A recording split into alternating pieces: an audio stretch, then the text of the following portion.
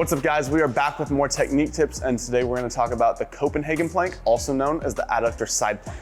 Now, a lot of powerlifters want to avoid any exercise that stresses the adductors, as when those adductors get real tight, it's very difficult to get into a nice wide squat or deadlift stance if you squat low bar or pull sumo, right? It's still important to strengthen these adductors though. Getting them nice and strong will really help with the lockout and completion of the lift, both on your squat and your deadlift as you bring those thighs kind of back together, right? It's also very important to get them strong so that they don't lock up as much. The stronger they get, the less stressed they'll be in theory, right?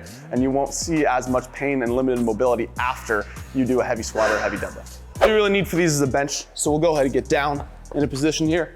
These are real tough, so really, I typically do rounds of about 10 to 15 seconds, nothing too crazy. I'm gonna go ahead and bridge up, trying to keep a nice straight line all the way from the shoulders all the way down to the foot, right? Get a little bit of core engagement here as well, trying to not let that hip sag, and a ton of adductor engagement. I'm really struggling here just to talk with a straight face as I do these. If these are a little too tough with your ankle on the bench, you can regress the exercise pretty easily just by scooting up closer to the bench, having your knee up here, and then that lever arm's a little bit shorter, takes a little bit less stress, less strain on the adductor, and you can maintain positioning a little bit easier.